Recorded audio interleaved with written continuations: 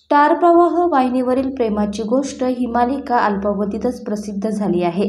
मालिका नेहमी TRPमध्ये अव्वल असते. मालिकेच्या कथानकात देखील अनेक बदल होताना दिसत आहे. त्यामुळेच प्रेक्षकांना मालिका खूपच जास्त आवडत आहे. मालिकेत सध्या एक नवीन ट्रॅक सुरू झाला आहे.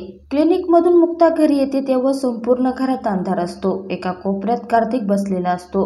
कार्तिक मुक्ताशी लगट करण्याचा प्रयत्न करत असतो.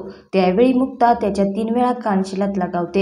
पहिली आरतीला फसवल्यासाठी, दुसरी माझ्यावर वाईट नजर टाकण्यासाठी आणि तिसरी कुटुंबियांना फसवल्यामुळे मारत असल्याचे सांगते. मुक्ता कार्तिकला सतत लांब करत असताना देखील तो मुक्ताशी लगट करण्याचा प्रयत्न करतो. पुढे मालिकेत मुक्ताला प्रचंड राग आल्याचे पाहायला मिळते. पण कुटुंबीय तुझ्यावर जराही विश्वास ठेवणार नाही असे कार्तिक मुक्ताला सांगतो. पण मुक्ता तिथून रागाच्या भरात निघून जाते.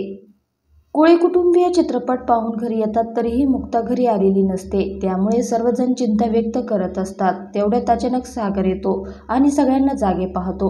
तो विचारतो काय झाले, तेव्हा मुक्ता घरी नसल्याचे कळते. त्यानंतर सागर मुक्ताला शोधण्यासाठी बाहेर पडतो. पोलिसात तक्रार करण्यासाठी सागर जातो. तेवढ्यात तिथे त्याला मुक्ता लॉकअपमध्ये असल्याचे दिसते. तो मुक्ताला धीर देतो आणि वकिलांकडून जामीन मिळवून घेतो. माझा तुमच्यावर पूर्ण विश्वास आहे असे सागर बोलतो. मुक्ता घरी येते आणि सागर ती तुरुंगात असल्याचे सर्वांना सांगतो. त्यानंतर मुक्ता कार्तिकने जबरदस्ती केल्याचे सांगते.